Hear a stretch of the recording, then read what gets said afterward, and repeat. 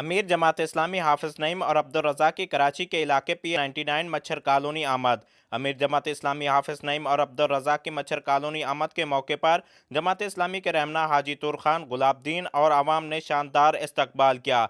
इस मौके पर दफ्तर का इफ्तिताह भी किया गया, जिसमें आवाम ने बड़ी तादाद में शिरकत की। हाफिज नईमुर रहमान ने कहा, जमात इस्लामी ने मसाइल के लिए हर महाज पर आवाज़ उठाई है और उठाती रहेगी। मजीद कहा कि जमात इस्लामी ने शहरियों के शनाख्ती कार्ड के लिए बहुत जद्दोजहद किए, दीगर इलाकों में पानी का मसला हल करवाया और उसके लिए आवाज़ भी उठाती रही है। इस तंजीम में हर किस्म कौम से ताल्लुक़ रखने वाले लोग मौजूद हैं। उन्होंने कहा कि यहाँ के नौजवानों से अपील करता हूँ कि वह जमात इस्लामी का हिस्सा बने और अपने मसाइल के लिए आवाज़ उठाएँ। रिपोर्ट सनाउल्लाह काकड़ के HA news 21 bureau chief Karachi.